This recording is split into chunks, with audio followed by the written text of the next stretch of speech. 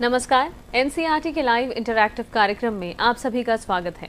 मैं हूं सिमरन सिंह और आप सभी दर्शक हमारे साथ जुड़े हैं ई विद्या के चैनल नंबर 6 से 12 के जरिए। इसके अलावा तमाम माध्यम हैं जिनके जरिए आप सभी हमारे साथ जुड़ सकते हैं, संपर्क साध सकते हैं और हमारे विभिन्न कार्यक्रम भी देख सकते हैं, साथ ही अपने प्रश्न भी पूछ सकते हैं। एक बार पुनः अपने सभी दर्शकों का हम स्वागत करते हैं 5 दिवसीय ऑनलाइन प्रशिक्षण श्रृंखला में, यानी 5 दिन का ऑनलाइन ट्रेनिंग का हमारा यह कार्यक्रम है और इसका विषय है डिजिटल वेलनेस।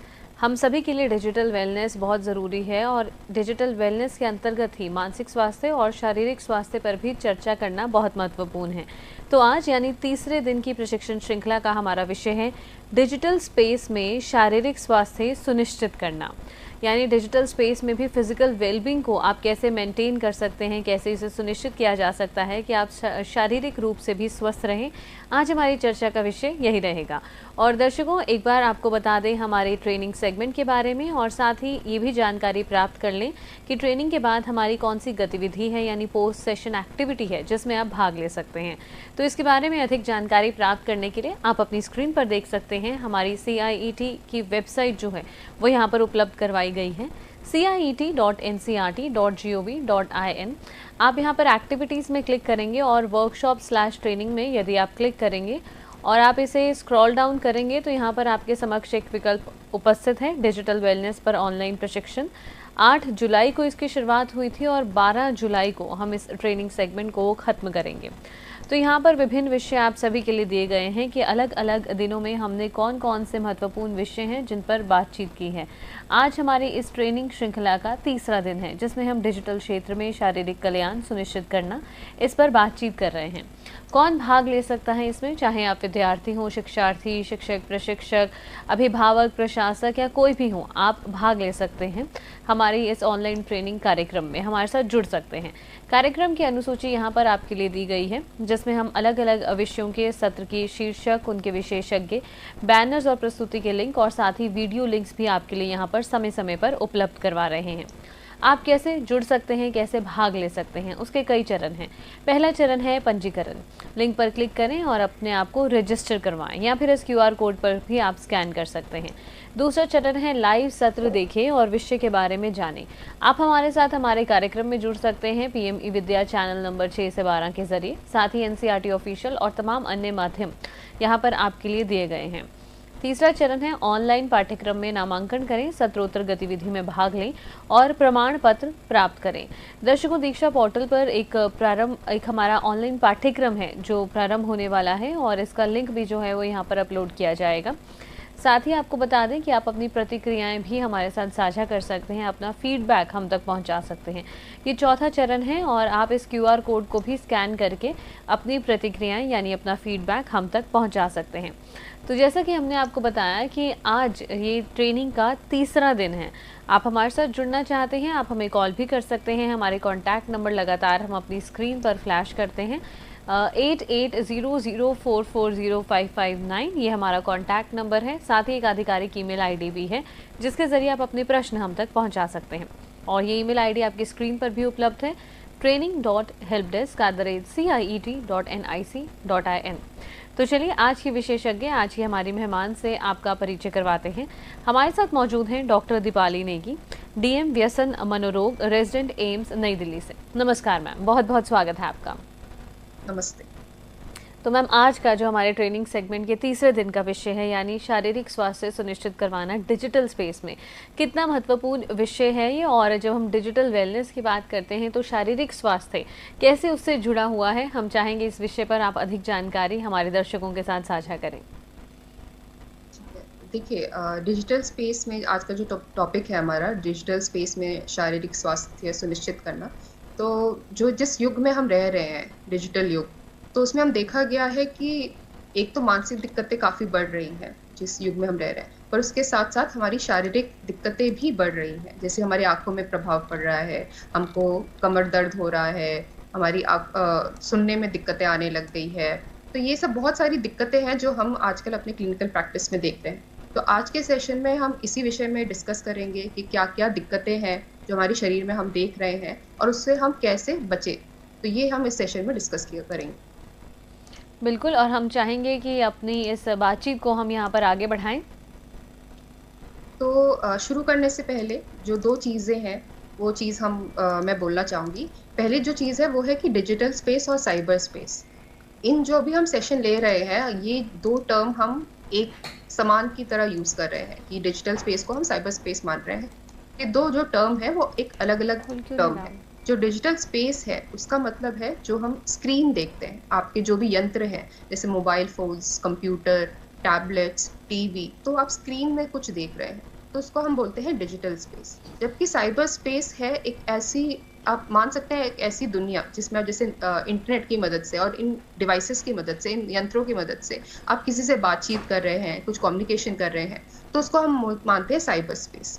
तो डिजिटल स्पेस से हम देखा गया कि मोस्टली शारीरिक दिक्कतें होती हैं, जबकि साइबर स्पेस से मोस्टली आपको मानसिक दिक्कतें हम देखी गई हैं। पर हम सेशन में और आगे के सेशन में भी इनको एक ही माने। तो पहली चीज़ तो ये। दूसरी चीज़ जो है कि हम इन सेशंस में डिजिटल स्पेस के नकारात्मक विषयों को हम आपके सामने ला रहे हैं कि आप शरीर में दिक्कत आ रही है, मानसिक रूप पे हम दिक्कत आ रही है। पर इसका मतलब ये नहीं है कि डिजिटल स्पेस गलत चीज़ है कि आप इसका इस्तेमाल बिल्कुल ना करें, इनको आप बिल्कुल छोड़ दें। तो ये हमारा मकसद नहीं है। हमें ये भी समझना पड़ेगा कि जो जिस युग में हम रह रहे हैं, जैसे जो डिजिटल स्पेस का युग है हमारा, तो उसके बहुत सारे सकारात्मक पहलू भी हैं। जैसे कि हमारे लिए हर चीज़ बहुत आसान हो चुकी है। अगर आप आज की दुनिया को 20 साल की दुनिया से पहले से आप उसको कंपेयर करेंगे, तो आज की दुनिया बहुत ईज़ी हो चुकी है। हम किसी से भी बात कर सकते हैं, कुछ भी ऑनलाइन मँगा सकते हैं। कोई अगर अमेरिका में बैठा है, तो हम उससे वीडियो कॉल कर सकते हैं। हमें कुछ चीज़ सीखनी है, तो हमें कहीं लाइब्रेरी में जाके बुक लेने की ज़रूरत नहीं है, किताबें ढूँढने की ज़रूरत नहीं है। आप इंटरनेट में कुछ भी डालें, आपको सब कुछ मिल जाता है। बहुत ज़्यादा विकास हुआ है, मेडिकल क्षेत्र में बहुत विकास हुआ है, एजुकेशन के क्षेत्र में बहुत विकास हुआ है। तो इसके बहुत सारे सकारात्मक पहलू हैं, पर उसके साथ-साथ बहुत सारे नकारात्मक पहलू भी हैं। जैसे कि आप क्योंकि तकनीक तकनीक जि इसका इतना ज़्यादा विकास हो चुका है, तो हम लोग उस स्पेस पे मतलब उस चीज़ को हम यूज़ करने से घबराते हैं, तो हम उस चीज़ के तनाव में रहते हैं। इन्फॉर्मेशन बहुत ज़्यादा है, जो भी सूचनाएँ इतनी ज़्यादा है कि हमें समझ नहीं पाता है। एक चीज़ होता है डिसीजन फैटीग, जैसे मान लीजिए आप कुछ ओटीटी पे कुछ देखना चाहते हैं, पर आजकल इतने ऑप्शंस हैं, पहले तो टीवी पे जो आता था वो आपको देखना पड़ता था, पर आजकल आपके पास इतने ऑप्शंस हैं कि आपको समझ में नहीं आता आप क्या करें। फिर आपको लत लगी है, इंटरनेट आप बार-बार यूज़ करते हैं, उस लत के कारण आप फ़ोन अपना रख नहीं पाते हैं या इंटरनेट आपको बार-बार यूज़ करना है, देखना है कि क्या चल रहा है दुनिया में, तो आपके और जो काम है आप वो नहीं कर पाते। फिर हैकिंग है, आप सिक्योर नहीं हैं, आप सेफ नहीं हैं इस स्पेस में। लोग आपकी आइडेंटिटी थेफ्ट कर लेते हैं, पैसे चुरा लेते हैं। कई गवर्नमेंट है जो इन सब चीज़ों से जूझ रही है, साइबर अपराध है, यौन अपराध है, तो कई सारी नकारात्मक चीज़ें भी हैं। तो एक संतुलित दृष्टिकोण का होना ज़रूरी है, जो हम ये यहाँ पे जो सेशंस ले रहे हैं, इवन दो हम उसके नकारात्मक पक्ष दिखा रहे हैं, पर इसका मतलब ये नहीं है कि हम उसके सकारात्मक पक्ष को भूल जाएँ। तो नकारात्मक पक्षों से कैसे बचें, वो हमें समझना पड़ेगा और एक संतुलित सोच के साथ हमें आगे बढ़ना पड़ेगा। तो इसके साथ मैं अपने प्रेज़ेंटेशन की शुरुआत करती हूँ। तो सबसे पहले समझना पड़ेगा स्वास्थ्य क्या है? तो जो डब्ल्यूएचओ है, उन्होंने एक इसका स्वास्थ्य को समझाते हुए ये कहा गया है कि स्वास्थ्य का मतलब ये नहीं है कि आपको कोई बीमारी नहीं है। बीमारी ना होना या कोई दुर्बलता ना होना अच्छा स्वास्थ्य नहीं माना जाता। अच्छा स्वास्थ्य माना जाता है कि आप शारीरिक रूप से तो बिल्कुल ठीक हैं, मानसिक रूप से भी ठीक हैं और सामाजिक रूप से भी ठीक है। शारीरिक रूप मतलब आपके सारे अंग ठीक से काम कर रहे हैं, आप मानसिक रूप से ठीक हैं और समाज मतलब आप समाज में अच्छे से रह रहे हैं, लोगों से ढंग से बात कर रहे हैं और आपको लग रहा है कि आप समाज का हिस्सा हैं, आप समाज से अलग-थलग नहीं पड़े हुए हैं। तो इसको हम एक अच्छा स्वास्थ्य कहते हैं। तो स्वास्थ्य के कई सारे आयाम हैं, जिनको हम डायमेंशंस कहते हैं, जैसे शारीरिक आयाम है, भावनात्मक आयाम है, मानसिक आयाम है, सामाजिक, आध्यात्मिक। तो ये सारे आयाम अगर ढंग से चलेंगे, तब हम समझते हैं कि हमारा स्वास्थ्य ठीक चल रहा है। तो आज हम जो बात करेंगे वो है शारीरिक स्वास्थ्य के बारे में। तो वह एक ऐसी अवस्था है जहाँ शरीर के सारे अंग, बाहरी हिस्से अंग ठीक से काम कर रहे हैं। तो इसको हम कहते हैं अच्छा शारीरिक स्वास्थ्य होना। तो इसमें क्या दुष्प्रभाव आ सकते हैं डिजिटल उपयोग के कारण? तो हमने देखा गया है कि हमारी नींद पे असर पड़ा है, हमारे हृदय पे असर पड़ा है, हमारी दृष्टि पे असर पड़ा है, हमारा मस्कुलोस्केलेटल सिस्टम, मतलब हमारी मांसपेशियां और हमारी हड्डियां, उन पे असर पड़ा है, हमारे सुनने के लेवल पे असर पड़ा है। फिर एक चीज होती है न्यूरोफिजियोलॉजिकल चेंजेस, जो हमारा दिमाग है उसमें जब थोड़े बहुत दिक्कतें आने लगती है तो उस वो हमारे शरीर के थ्रू बाहर आती है, तो उस पर असर पड़ा है। फिर और भी कई चीजें हैं जिस पे अभी हमारी रिसर्च वो जारी है। तो बहुत सारी चीजें हैं जो हम आगे डिस्कस करेंगे। तो सबसे पहले जो हम आते हैं वो है नींद पे। हमारी नींद पे डिजिटल स्पेस का क्या प्रभाव पड़ा। तो नींद हमारे लिए काफी जरूरी है। बच्चों के लिए नींद बहुत ज्यादा जरूरी है, क्योंकि जो हमारा दिमाग का डेवलपमेंट होता है, जो दिमाग हमारा बढ़ता है, वो नींद उसमें बहुत ज्यादा जरूरी होती है। ऐसा देखा गया है जिन बच्चों की नींद पूरी नहीं हो पाती, उनका शारीरिक जो विकास होता है और जो उनका इमोशनल विकास होता है वो ठीक से नहीं हो पाता। उनका जो पढ़ाई लिखाई होती है वो भी सफर करती है, वो उसमें भी कमी पाई गई है। तो शरीर जो नींद है वो हमारे लिए काफी जरूरी है। एक स्टडी हुई थी जिसमें ऐसा देखा गया था कि आज के जो दशक के बच्चे हैं, अगर उनका कंपेयर करें आज से एक दशक पहले के बच्चों से, तो आजकल के बच्चे पुराने दशक के बच्चों से 1 घंटा कम सोते हैं। तो हमारी जो नींद है वो कम हो रही है। तो इसके क्या कारण हो सकते हैं। तो सबसे पहले तो क्या है, हमारी जो शारीरिक गतिविधियां हैं, जो हमारी फिजिकल एक्टिविटी है वो कम हो गई है, क्योंकि हम एक ही जगह पे बैठे रहते हैं, फोन यूज करते हैं या कंप्यूटर देखते हैं, टीवी देखते हैं। तो जो टाइम हमारा चलने फिरने में जाना चाहिए था वो हमारा बैठे हुए जा रहा है। तो उसके वजह से भी नींद की दिक्कत आने लगी है, क्योंकि शारीरिक गतिविधि से भी हमारी नींद अच्छी होती है। फिर एक जो चीज है जो समझने वाली, वो है हमारे शरीर का सर्केडियन रिदम। सर्केडियन रिदम हमारे शरीर का, आप अगर मैं सिंपल शब्दों में कहूँ तो एक तरीके से बायोलॉजिकल क्लॉक है, एक बायोलॉजिकल घड़ी है जो हमारे शरीर के अंदर होती है। हम जो इंसान, जैसे आपने देखा है कि इंसान जब सुबह होती है तब उठता है, रात होती है सब तब सोता है। तो हर जगह पे यही होता है, पर हर जगह का टाइमिंग अलग अलग है। हम यहाँ पे इस टाइम पे हैं, अमेरिका वो 12 घंटे हमसे पीछे चल रहा है, जापान हमसे 6 घंटे आगे चल रहा है। तो टाइमिंग की अलग है, पर सब इंसान जब सूरज उगता है तब उठते हैं और जब सूरज डूबता है तब सोते हैं। तो ये किस कारण से होता है, तो वो जो हमारे अंदर का बायोलॉजिकल क्लॉक है उसके कारण होता है। और हमारे शरीर में एक ग्लैंड होता है जिसको हम बोलते हैं पीनियल ग्लैंड, जिससे एक हार्मोन निकलता है जिसको बोलते हैं मेलेटोनिन।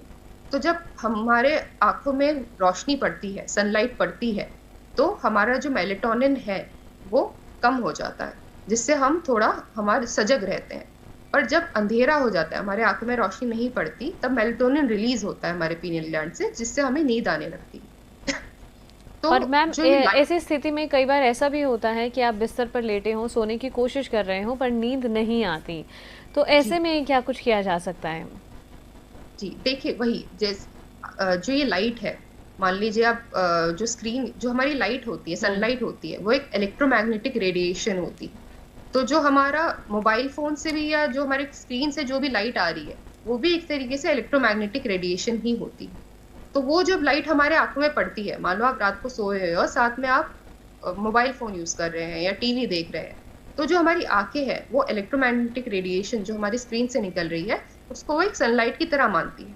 तो हमारी जो मेलेटोनिन है, जो हमारा शरीर है, वो उस टाइम पे सोचता है कि भाई अब तो जगने का टाइम हो गया, तो उसको नींद नहीं आ पाती, जो मेलेटोनिन है वो रिलीज नहीं हो पाता। तो जो चीज हम कर सकते हैं सोते वक्त वो ये है कि हम मोबाइल फोन बिल्कुल ना यूज करें। तो ये चीज है। बाकी है कि आप, क्योंकि जैसे मान लीजिए आप व्हाट्सएप कर रहे हैं, आप कोई किसी से बात कर रहे हैं या इंस्टाग्राम पे कुछ चल रहा है, अब जो भी आप ऐप यूज कर रहे हैं, सोशल मीडिया ऐप आप जो यूज करते हैं, तो आप नोटिफिकेशन ऑन रखते हैं। तो जब सो रहे हैं वो नोटिफिकेशन बजता रहता है, तो आपका जो दिमाग है वो उस तरफ को जाते रहता है। जो नींद आनी चाहिए, आप नींद तब आती है जब आपका शरीर थोड़ा रिलैक्स्ड होता है। अगर आपका दिमाग सक्रिय है तो नींद नहीं आएगी। तो क्योंकि वो नोटिफिकेशन आती रहती है, और हम एक फोमो टर्म बहुत यूज किया जाता है, फियर ऑफ मिसिंग आउट, की जो दुनिया में चल रहा है उससे हम बिल्कुल सजग रहे, तो उस वजह से भी हमारा ध्यान पूरी तरह वहीं रहता है, तो उससे भी हमें नींद आने में देरी होती है। तो ये सब कुछ चीजें हैं जिसके वजह से नींद हमें कम आ रही है। तो इसके लिए हम क्या कर सकते हैं। तो एक चीज होती है स्लीप हाइजीन। जैसे पर्सनल हाइजीन है कि आप ढंग से नहाएं, बाल अपने रोज धोएं और नाखून काटें पर्सनल हाइजीन मेंटेन करने के लिए, वैसे ही स्लीप को मेंटेन करने के लिए एक चीज होती है स्लीप हाइजीन। तो उसमें कई सारे चीजें आती हैं। तो सबसे पहले कि आपकी आदतें अच्छी होनी चाहिए। आप समय पे सोए, समय पे उठे, आपका पैटर्न एक ही होना चाहिए। जिस टाइम पे आप उठते हैं, जिस टाइम पे सोते हैं, वो आपको फिक्स करना पड़ेगा। और मान लीजिए आप रोज 10 बजे सोते हैं, पर फिर आपको किसी कोई शादी में जाना है, तो आप मान लीजिए 2 बजे सोए हैं, तो आप 4 घंटे लेट सोए। तो इसका मतलब बिल्कुल नहीं है कि आप फिर सुबह जब मान लो 7 बजे उठते हैं, तो फिर आप 11-12 बजे उठ रहे हैं। आपको वो पूर्ति नहीं करनी, वो शरीर अपने आप उसकी पूर्ति कर लेता है। तो आपको एक ही समय उठना है, एक ही समय जागना है। दूसरा, जो आपकी नींद की पूर्ति है, वो आप दिन में सो के ना निकले। दिन में आपको 30 मिनट से ज्यादा नहीं सोना है। आप लंबी झपकियां ना ले, सिर्फ 30 मिनट तक ही अपनी झपकियों को सीमित रखें। फिर सोने से पहले आप रिलैक्स्ड रहें, आपको एक आरामदायक उसमें रहना है, अपने आप को बहुत ज्यादा सजग नहीं रहना है। तो आपको मोबाइल फोन्स वगैरह ये सब चीजें कम कर देनी चाहिए, ज्यादा आपको एक्सरसाइज नहीं करनी चाहिए। फिर जैसा आप पूछ रहे थे कि आप अगर नींद नहीं आती तो क्या करना है, तो जो हमारा चारपाई है या जो बेड है जिसमें हम सोते हैं, वो आपको समझना है और आपको ब्रेन को ऐसा ट्रेन करना है कि ये सिर्फ मेरे सोने के लिए है। इस पे आप ना खाना खाएंगे, ना टीवी देखेंगे, ना किताब पढ़ेंगे, ना पढ़ाई करेंगे। तो जब आपको पता है कि वो सिर्फ मेरे सोने के लिए है, तो आपका दिमाग ऑटोमेटिकली जब भी बेड को देखा तो आपको नींद की उसमें नींद की इच्छा जागेगी। तो आप बिस्तर पे तभी जाए जब आपको नींद आ रही। मान लिया आप लेटे हुए हैं, आपको नींद नहीं आ रही, तो इसका मतलब ये नहीं कि आप बार बार घड़ी देखें कि नहीं अब तो 15 मिनट हो गए, अभी तो 20 मिनट हो गए। अगर आपको नींद नहीं आ रही, आप उठिए, जाके दूसरे कमरे में टेबल पे चेयर पे आराम से बैठ जाइए, थोड़ा लाइट डिम रखे, और जब आपको नींद आए तब जाके आप बिस्तर पे सो जाइए। तो ये चीज है जो आप कर सकते हैं। फिर दूसरा, आप अपने एनवायरनमेंट को ठीक कर सकते हैं। अपने जो कई हमारे पर्यावरण में बहुत सारी चीजें हैं जो हमें नींद नहीं आने के कारण हो सकती है। मान लीजिए आप सुबह उठते हैं, आप अलार्म क्लॉक रखते हैं उठने के लिए, या मोबाइल फोन्स रखते हैं, तो आपको बार बार उसको चेक नहीं करना रात को कि अब तो मुझे नींद नहीं आ रही। उसको आप अलग थलग रखिए। दूसरा, बिस्तर पे बिल्कुल भी मोबाइल फोन नहीं करना है, नेट नहीं करना है, ईमेल नहीं देखना है। जब सोने जाए तो सिर्फ सोने के लिए जाए।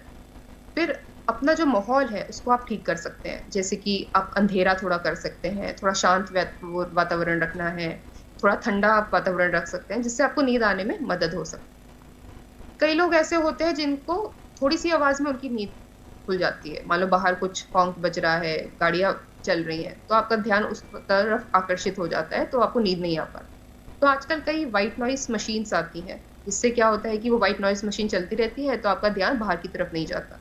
तो वो कई लोग यूज कर सकते हैं।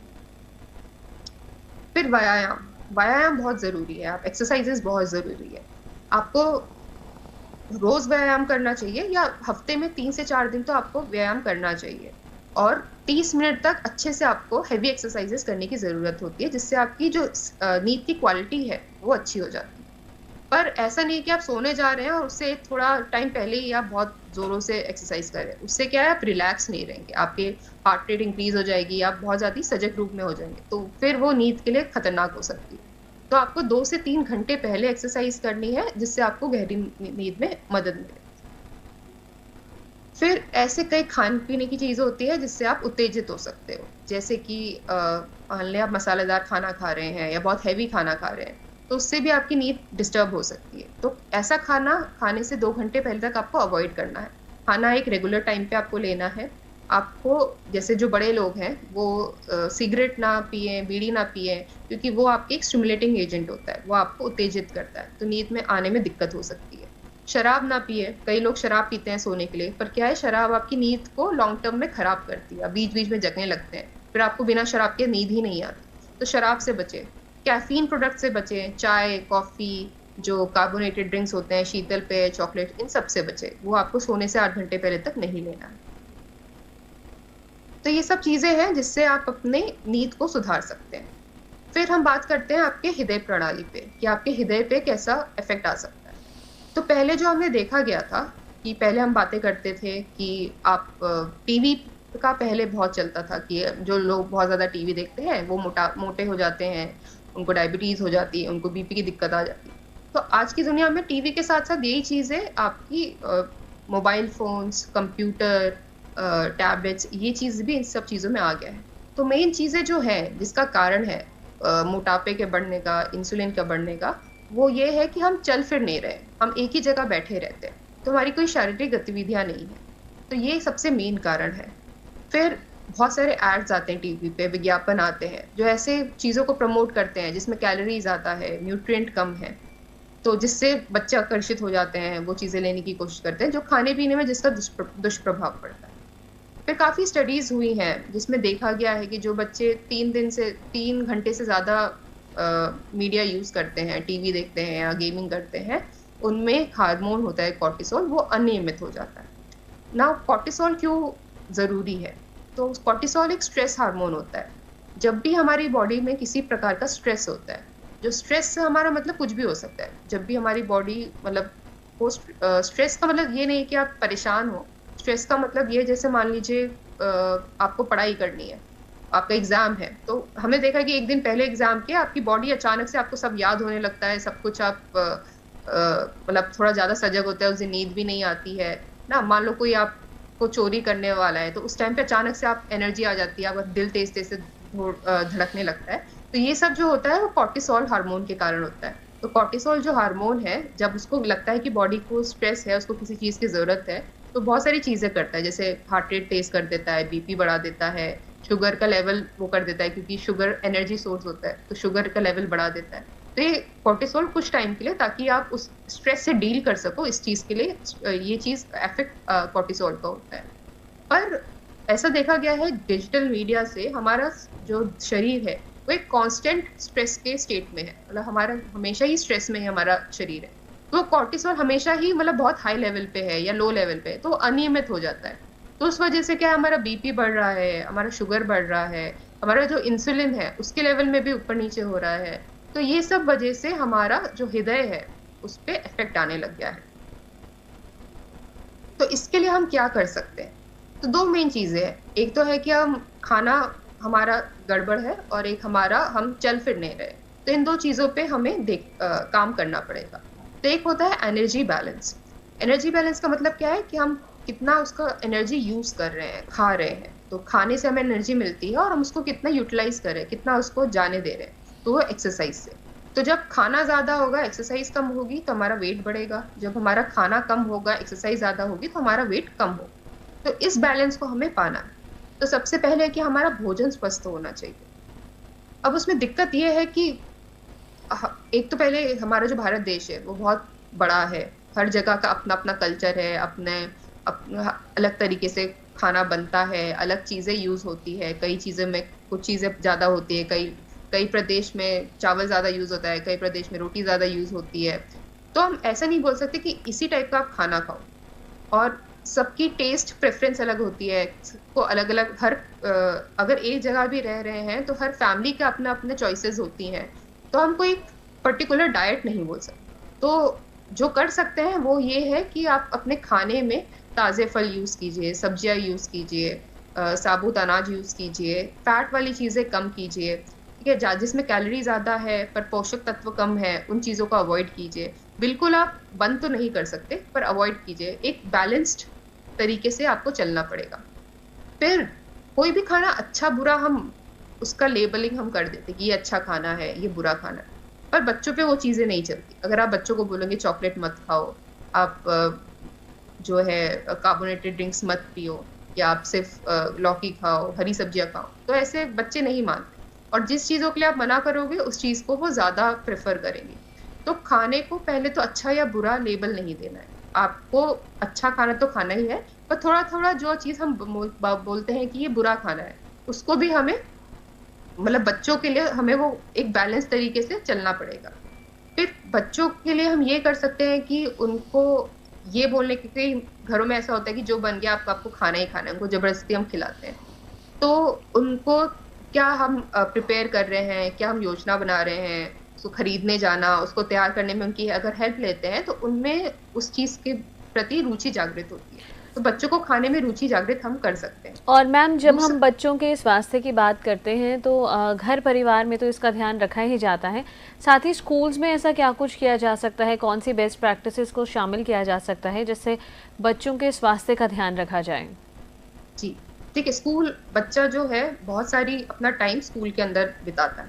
तो सबसे पहले जो स्कूल है वो ये कर सकते हैं कि उनके करिकुलम में हेल्थ को कितनी इंपॉर्टेंट दी जा रही है, न्यूट्रिशन के बारे में उनको क्या समझाया जा रहा है, क्या उनको पता है कौन सा खाने में क्या क्या होता है, किस क्या विटामिन होते हैं, क्या न्यूट्रिएंट होते हैं? या अगर हम यंग एज में ही अपने करिकुलम में ही बच्चों को सिखाएं हेल्थ एजुकेशन के बारे में, खाने के बारे में, तो एक तो ये अच्छी चीज हो सकती है। दूसरा, स्कूल्स में कितना बच्चा चलता फिरता है, उसके कितने ज्यादा फिजिकल एजुकेशन क्लासेस होती हैं, पीटी कितनी बार होती है। आजकल देखा गया है कि बच्चे जब ऐसे पीटी क्लासेस होती है उसमें भी कमरे में बैठ के पढ़ाई कर रहे होते हैं क्लासरूम में। तो उसको हमें बढ़ावा देना चाहिए कि आप रेगुलरली बच्चों को टाइम दे कि वो थोड़ा चले फिरे, थोड़ा दौड़े भागे।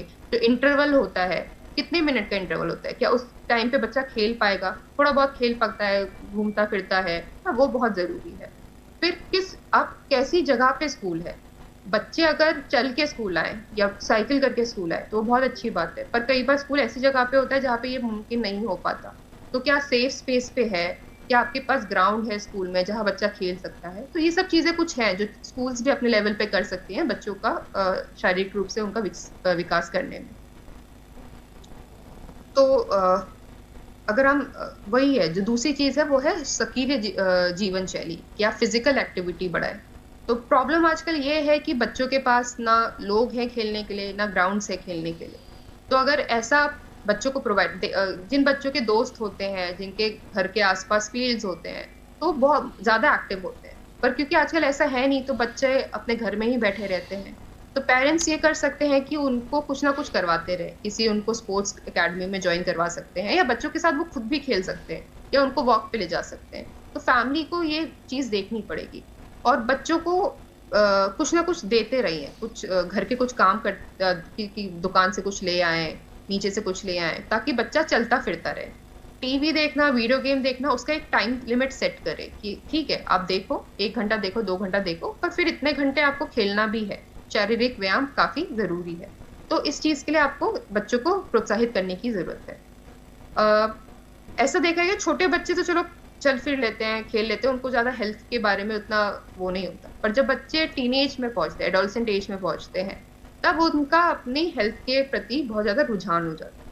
और वो जो रुझान है वो आपकी शारीरिक, आप कितने सुंदर दिखते हैं, कितने स्मार्ट दिखते हैं, कितने हैंडसम दिखते हैं, उस पर उनका ज्यादा फोकस रह जाता है।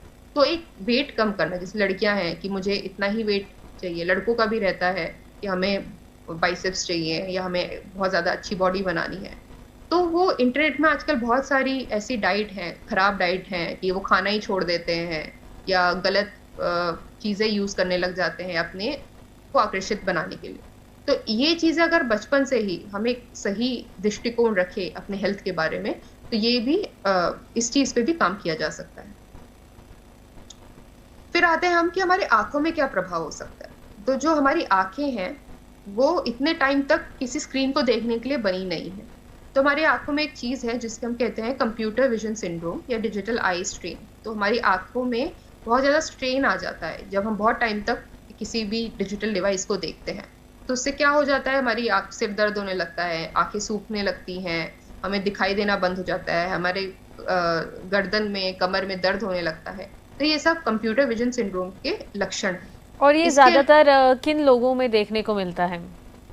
ऐसा देखा गया है कि जो लोग मान लीजिए रोज कंप्यूटर स्क्रीन पे काम कर रहे हैं, 2 से 3 घंटे ज्यादा काम कर, 2 से 3 घंटे लगातार स्क्रीन को देखे जा रहे हैं, उनमें इनका इंसिडेंस, इनका होना ज्यादा पाया जाता है। तो ऐसे लोग मोस्टली जो ऑफिस वर्कर्स होते हैं या बच्चे जो बहुत टाइम तक, आजकल जैसे सब कुछ मोस्टली ट्यूशन क्लासेस हो गई या कोई भी असाइनमेंट्स है वो ऑनलाइन होती है। तो ऐसे बच्चों में या ऐसे लोगों में ये सिंड्रोम होने के चांसेस ज्यादा पाए जाते हैं। तो इसके अलावा ये देखा गया है कि लोगों की दूर की नजरें वो खराब हो रही हैं। जो लंबे टाइम तक आंखें जो टीवी स्क्रीन पे या कंप्यूटर स्क्रीन पे, मोबाइल स्क्रीन पे देखते रहते हैं, उनमें आंखों की दिक्कतें ज्यादा बढ़ गई हैं। तो इनको, इसके अलावा ये तो देखना है ही, उसके अलावा कि आप कितने डिस्टेंस पे रख रहे हो, आपका एंगल कैसा है, लाइटिंग कैसी है, वो सब भी बहुत सारे फैक्टर्स होते हैं जो आपकी आंखों को प्रभावित करते हैं। अब इसके लिए क्या किया जाए? तो एक चीज होती है आई ब्रेक ले, मतलब अपने आंखों को, आपको सुकून पहुंचाना है, तो उसके लिए बीच बीच में आपको ब्रेक लेते रहना पड़ेगा। तो एक नियम होता है 20-20-20 रूल, जिसका मतलब है आपको हर 20 मिनट में, अगर आप 20 मिनट तक किसी स्क्रीन को देख रहे हैं, तो हर 20 मिनट में कम से कम 20 सेकंड के लिए किसी 20 फुट की दूरी पर आपको अपना ध्यान केंद्रित करना है या अपने आंखों से देखना। तो उससे आपकी आंखें थोड़ा रिलैक्स हो जाती हैं। फिर बार बार पलकों को झपकिए। ऐसा देखा गया है कि जो एकटक स्क्रीन की तरफ देख रहे हैं, उनमें पलकों का झपकना कम हो जाता है। पलकों का झपकना क्यों जरूरी है? क्योंकि जब पलकें झपकती है तो हमारे आंखों पर एक मॉइस्चर का लेयर आ जाता है। तो ये एक नेचुरल वे है जिससे हमारी आंखें ड्राइनेस से बचती हैं। तो बार बार पलकों को झपकाने की जरूरत है। फिर हमारे हमारे और हमारे मॉनिटर के बीच कितना दूरी होना चाहिए? तो कम से कम एक हाथ की दूरी हमारे और हमारे मॉनिटर के बीच में होनी चाहिए, जो होती है अराउंड 20 इंच। और हमारे मोबाइल फोन और हमारे बीच कम से कम 13 इंच की दूरी होना जरूरी है। कई लोग हैं जिनके जैसे लेंसेज लगे होते हैं, वो आर्टिफिशियल टीयर्स या कृत्रिम आंसुओं का यूज करते हैं ताकि आंखें सूखे ना। तो वो भी आपकी हेल्प कर सकते हैं। फिर है कि आप क्या आईवेयर यूज करते हो, आप चश्मा कैसा यूज करते हो। तो कई बार जो प्रिस्क्रिप्शन ग्लासेस होती है, मोस्टली जो हम पढ़ने लिखने के लिए यूज करते हैं, वो हमारे कंप्यूटर यूज के लिए नहीं हो पाती। कंप्यूटर यूज के लिए आजकल जैसे मल्टीफोकल लेंसेज वाली ग्लासेस आते हैं, या जिसमें एंटी ग्लेयर कोटिंग होती है, वैसी ग्लासेस आते हैं। तो वो ग्लासेस हम यूज कर सकते हैं, वो चश्मा हम यूज कर सकते हैं अपनी आंखों को थोड़ा राहत पहुंचाने के लिए। फिर हमारा हमारा जो स्क्रीन है, उसकी जो लाइटिंग है, वो हमारे कमरे की लाइटिंग के बराबर ही होनी चाहिए। ऐसा नहीं है आपने पूरा अंधेरा कर रखा है फिर लाइट एकदम चमक रही है आपकी आंखों में, तो उससे ऑब्वियसली स्ट्रेन आपका ज्यादा पड़ेगा। तो लाइटिंग अच्छी होनी चाहिए, आपकी स्क्रीन की सेटिंग अच्छी होनी चाहिए। आजकल कई मोबाइल फोन्स में डार्क सेटिंग होती है, डार्क मोड होता है, जो जैसी शाम होती है वो ऑन हो जाता है, तो वो आप वो यूज कर सकते हैं, उससे भी आंखों में स्ट्रेन कम पड़ता है। फिर आपको बार बार अपनी आंखों की टेस्टिंग करवानी है, मतलब हर साल में एक बार कम से कम। तो उससे क्या है कि कोई भी अगर आपको बीमारी है भी तो वो जल्दी पकड़ में आ जाती है, जिसका इलाज जल्दी शुरू हो जाता है। तो हर साल एक बार आई चेकअप कराना भी जरूरी है। फिर है हमारे मस्कुलोस्केलेटल सिस्टम पर कर क्या प्रभाव हो सकता है। तो क्योंकि हम एक्सरसाइज नहीं कर रहे, हम लंबे टाइम तक एक ही जगह पे बैठे हुए हैं, तो हमारे जो हड्डियां हैं, जो मसल्स हैं, उसमें बहुत ज्यादा तनाव या दर्द आ जाता है। हम एक ही जगह पे मान ले जो कंप्यूटर गेमिंग कर रहे हैं या कंप्यूटर पे काम करते हैं, एक ही चीज को बार बार दबाना है, हाथ की हमारी कोई एक वो मसल है जो बार बार यूज हो रही है। हम नीचे देखते हैं, जब टाइप कर रहे होते हैं नीचे देखते हैं, तो गर्दन पे हमारी असर पड़ता है। 2-3 घंटे हम कुर्सी पे ही बैठे रहते हैं, जो ढंग की कुर्सी होती नहीं है। फिर हम अलग अलग पोस्चर पे, कभी पालती मार के, कभी स्ट्रेच करते हुए बैठते हैं, तो हमारी क्या है, अकड़न आ जाती है, पीठ में अकड़न आ जाती है, गर्दन में अकड़न आ जाती है। जो लड़के बहुत ज्यादा टाइम तक वीडियो गेम्स खेलते हैं, ऐसा पाया गया है कि उनमें कैल्शियम की कमी हो जाती है। तो ये सब कारण है जिससे हमारी जो हमारा हड्डियां हैं, हमारी हड्डियां कमजोर हो रही है, हमारा जो मसल्स हैं, मांसपेशियां हैं, उनमें बहुत ज्यादा स्ट्रेस है, बहुत ज्यादा स्ट्रेन है। तो ये सब दिक्कतों से हमारी, जैसे काफी कम उम्र में लोगों को कमर दर्द होना, गर्दन दर्द होना, ये सब चीजें बहुत ज्यादा हो गई है आजकल। 20 से 30% लोगों में आपको देखा जाएगा कि उनको कमर दर्द हो रही है, गर्दन में दर्द हो रही है। तो इसके लिए क्या कर सकते हैं? एक तो है कि आपको लगातार ब्रेक लेने हैं, आपको हर आधे घंटे में खड़ा होना है, स्ट्रेच करना है, थोड़ा चलना। कहीं पे भी आपको 1-2 घंटे लगातार बैठ के नहीं रहना। फिर कभी खड़े होके काम कीजिए। आजकल कई स्टैंडिंग वर्क स्टेशन होते हैं, मतलब खड़े होके आप अपने मॉनिटर पे, जो मॉनिटर है आपका वो ऊपर नीचे हो सकता है, तो खड़े होके काम कर सकते हैं, बैठ के काम कर सकते हैं। तो आपको ऑल्टरनेट करते रहना पड़ेगा, एक ही जगह पे 2-3 घंटे आपको बैठ के नहीं रहना, जिससे आपकी हड्डियों पे भी असर होता है।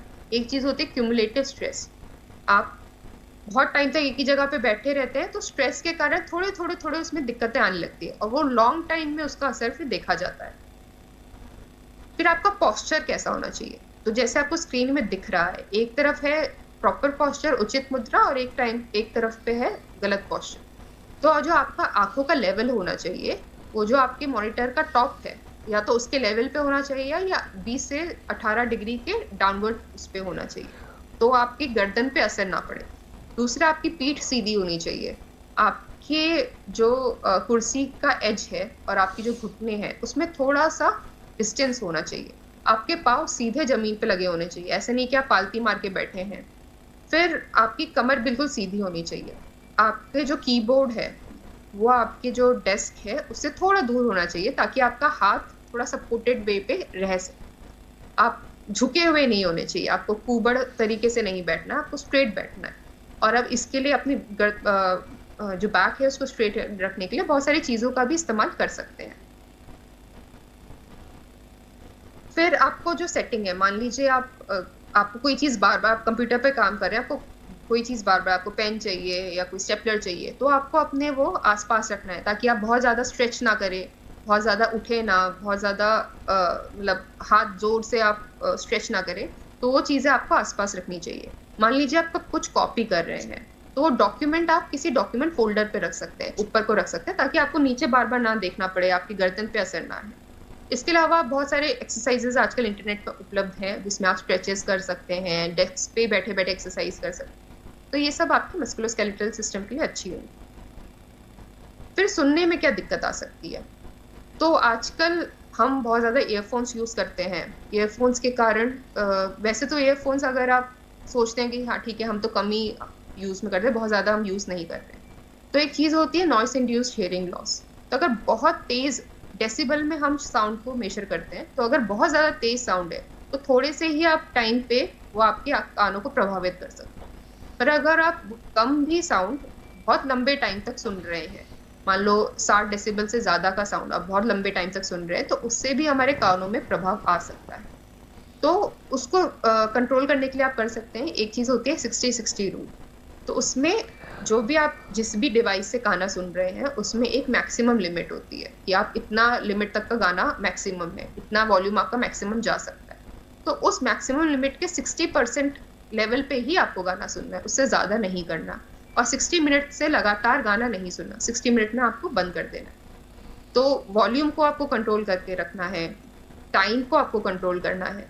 फिर एक होता है ओवर द हेड हेडफोन्स, जो ऐसे करके हेडफोन्स आते हैं वो होते हैं, और एक होते हैं ईयरफोन्स जो कान के अंदर होते हैं। तो जो ओवर हेड हेडफोन्स होते हैं वो बेहतर होते हैं, उनके भी अपने नुकसान है, पर ईयरफोन से वो थोड़ा बेहतर होते हैं। फिर आजकल नॉइस कैंसिलेशन ईयरफोन्स आने लगे हैं, तो उसमें क्या होता है, उनका काम यह है कि बाहर की आवाजें नहीं सुनाई देती। अब जब वो कान में डालते हैं बाहर का सब आवाज आना बंद हो जाता है। तो हम वॉल्यूम इसीलिए बढ़ाते हैं क्योंकि हम बाहर की आवाजों को कम करके हम बस गाने की आवाज तेज करते हैं, तो वो हेल्प करती है क्योंकि बाहर की आवाजें आएंगी नहीं, तो आप कम वॉल्यूम पे भी गाना सुन सकते हैं। और मैम तो ये आजकल जैसे हमने देखा है, और हम सभी लंबे समय तक ईयरफोन्स का इस्तेमाल करते हैं जब ट्रैवल भी करते हैं इनफैक्ट, तो बहुत से लोग हैं जो ईयरफोन्स का इस्तेमाल करते हैं, तो इससे क्या क्या समस्याएं आ सकती हैं? जैसे वही है, जैसे सुनने में दिक्कत आ सकती है। जैसे ऐसा देखा गया है कि आप जब अगर मान लो आप फुसफुसाते हैं, ऐसे आवाज सुनने में दिक्कत आ सकती है और पता नहीं चलता है क्योंकि सब कुछ आवाज आ रही है, पर जब फुसफुसाते हैं उसमें दिक्कत आ सकती है। लोगों को झंझनाहट की फीलिंग होती है कि कुछ बज रहा है, ऐसी फीलिंग आती है। तो ये सब क्या है, नॉइस इंड्यूस हियरिंग लॉस के दिक्कतों के कारण हो सकती है। और ये क्या है, दिक्कतें बहुत कम टाइम में पता चलती है। तो जो पेरेंट्स है या टीचर्स है, अगर उनको ऐसा लगे कि बच्चे को सुनने में दिक्कत आ रही है, अगर कोई नॉर्मल मतलब फुसफुसा के बोल रहा है और उसको सुनाई नहीं दे रहा, तो उसके लिए थोड़ा सजग रहने की जरूरत है। उसको भिनभिनाने की आवाजें आ रही हैं, या वो अगर हल्के आवाज वॉइस में बात कर रहे हैं तो सुन नहीं पा रहा है, तो आपको फिर उसको डॉक्टर के पास ले जाना पड़ेगा, क्योंकि जो इनर हेयर सेल्स होते हैं हमारे, वो इसका मतलब है वो डैमेज हो रहे हैं। फिर न्यूरोफिजियोलॉजिकल क्या चेंजेस आ सकते हैं, तो आजकल क्योंकि इंटरनेट की लत लग गई है लोगों को, तो ऐसा देखा गया है कि जो लोग बहुत ज्यादा इंटरनेट यूज करते हैं, जो बार बार यूज कर रहे हैं, तो उनके जो दिमाग में फिजिकल चेंजेस आ जाते हैं। तो जो हमारा फ्रंटल लोब है उसमें परिवर्तन आने लग गए हैं, ऐसा देखा गया है। तो कोई भी चीज को जो हम फिल्टर कर सकते हैं या जल्दी जल्दी काम कर सकते हैं, तो वो हमारी क्षमता है वो कम हो गई है। फिर जो छोटे बच्चे हैं जो बहुत ज्यादा टीवी देखते हैं या बहुत ज्यादा डिजिटल मीडिया यूज करते हैं, उनके व्हाइट मैटर में चेंजेस आ जाते हैं, तो लॉन्ग टर्म में इसका प्रभाव पड़ता है। तो इसके लिए डिजिटल डाइट है। डिजिटल डाइट जैसे डाइट आप नॉर्मल फूड डाइट कोई भी करते हैं तो उसमें कुछ खाना आप खाते हैं, कुछ खाना नहीं खाते हैं, तो वैसे ही डिजिटल डाइट है। तो आप जो ऐप बिल्कुल आपको जरूरी है आप उसी को यूज करते हैं और बाकी सब ऐप आप डिलीट कर देते हैं कुछ टाइम के लिए। फिर नोटिफिकेशंस ऑफ करके रखते हैं कि बार बार आपका ध्यान उस पर आकर्षित ना जाए। फोन कई बार हम सोचते भी नहीं और फोन यूज कर लेते हैं, तो कई बार टाइमिंग्स होती हैं कितने बार आपने यूज किया, उसके लिए आपको सजग रहना पड़ेगा कि हाँ मैं अब फोन यूज कर रहा हूँ, मैंने इतने घंटे फोन यूज किया। तो उसके लिए आपको ट्रिगर्स, अब क्या क्या कारण से फोन यूज करते हो ट्रिगर्स आपको समझने पड़ेंगे। फिर आपको कब यूज करना है स्मार्टफोन, कब नहीं करना है। आप स्कूल से मान लो घर आते हैं या कोई भी काम करके घर आते हैं, अब ये नियम बना सकते हैं कि 15 मिनट तक मैं फोन यूज नहीं, या मैं, कई लोग आजकल देखे बाथरूम में बैठ के फोन यूज करते रहते हैं, तो आपको बनाना पड़ेगा कि इतने टाइम तक मैं फोन करूंगा, इस जगह पे मैं फोन यूज नहीं करूंगा। फिर एक टाइम पे आपको फोन बंद कर देना है, वो आपको जब वाइंड डाउन का टाइम हो वो फोन आपको बंद करना है। तो ये सब कुछ चीजें हैं जो आप डिजिटल डाइट में कर सकते हैं। इसके अलावा कई ऐसी भी चीजें हैं जिससे हमारे स्वास्थ्य, अभी जो मतलब हम उस पर रिसर्च कर रहे हैं, हमें नहीं पता कि इससे होता है या नहीं होता है, बट इस पे रिसर्च जारी है। जैसे कि हमारी फर्टिलिटी, जो पुरुष में शुक्राणु होते हैं, ऐसा देखा गया है कि डिजिटल मीडिया के यूज से वो कम हो गए हैं। तो दो तरीके से हो सकते हैं, थर्मल या नॉन थर्मल तरीके से।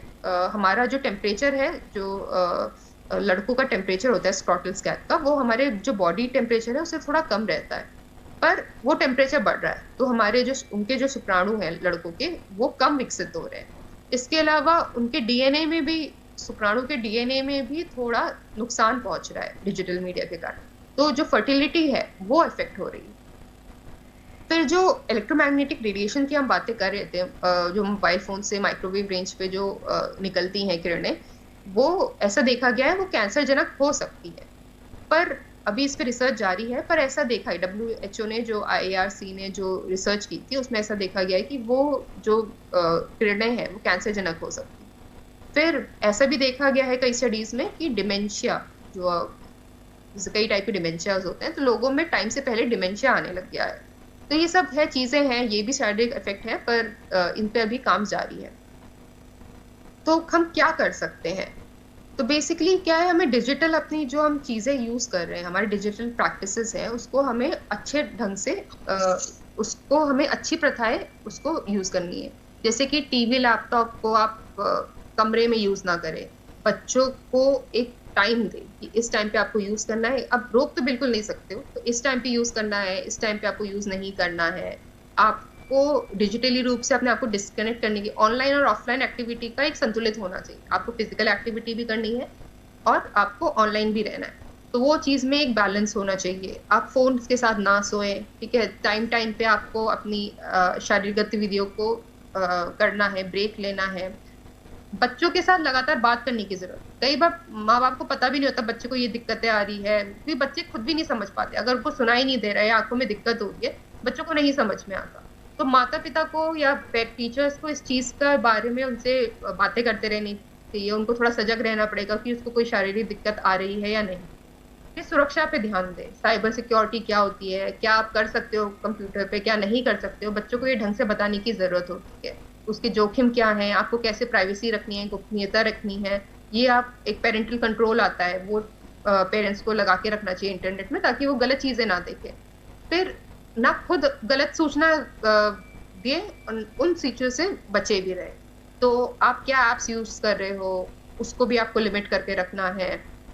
साइबर बुलिंग आजकल जो बहुत चल रही है, उसके बारे में जागरूक रखने रहना है। आपके बच्चे इस चीज का मतलब इस चीज से प्रभावित ना है और ना वो साइबर बुलिंग करे, तो पेरेंट्स को इस चीज के लिए थोड़ा सजग रहना पड़ेगा। फिर ऐसी चीजें ना इंटरनेट पे खुद से डालें जिसका जो असत्यापित हो, फेक न्यूज जो हम बोलते हैं, वो हम इंटरनेट पे ना डालें, ना उसका प्रसार करें। तो लास्ट में मैं बस ये कहना चाहूंगी, डिजिटल मीडिया के दुष्परिणाम भी हैं, पर उसके बहुत सारे सकारात्मक पहलू भी हैं। तो उससे हमें नई जानकारी मिलती है, नए कौशल हम विकसित कर सकते हैं, ठीक है। तो एक एक बैलेंस्ड दृष्टिकोण रखने की हमें जरूरत है। बिल्कुल, और यहाँ पर हम अपने शारीरिक स्वास्थ्य की बातचीत कर रहे थे, और मैम जिस तरह से आजकल हमने डिजिटल स्पेस को अपने जीवन का एक हिस्सा बना लिया है, हम कहते हैं it has become a part and parcel of our life, तो इसे अब हम कम तो शायद नहीं कर सकते उतना, लेकिन क्या थोड़े बहुत सजेशंस हैं आपकी तरफ से जो हम बदलाव कर सकते हैं अपनी डेली रूटीन में, जिस तरह का परिवर्तन कर सकते हैं ताकि शारीरिक रूप से हम अधिक स्वस्थ हो पाएँ? तो दो चीजें जो हम कर सकते हैं, सबसे पहले तो हमारी फिजिकल एक्टिविटी बढ़नी चाहिए, जो हमारी शारीरिक गतिविधियां हैं। जैसा आपने देखा गया होगा कि आंखों पे जो असर पड़ रहा है, जो हमारे शरीर पे जो मोस्टली जो असर है, वो इस वजह से पड़ रहा है क्योंकि हम चल फिर नहीं रहे, हम एक ही जगह पे बैठे हुए हैं। हम मान लें स्कूल से आते हैं या कहीं से भी आते हैं, हम चुपचाप जाके बेड पे लेट जाते हैं या सोफा पे लेट जाते हैं, और हम लोग सिर्फ मोबाइल करते हैं, तो हमारा जो एक्टिविटी है लेवल है वो कम हो गया है। फिर हमें कहीं जाने की जरूरत भी नहीं है, कुछ हमें सामान मंगाना है हम ऐप से मंगा लेते हैं, कभी बाहर जाना है वो हम ऐप पे कर लेते हैं, सब कुछ आजकल घर पे डिलीवर हो जाता है। तो हमारी शारीरिक गतिविधियां बिल्कुल ही कम हो गई।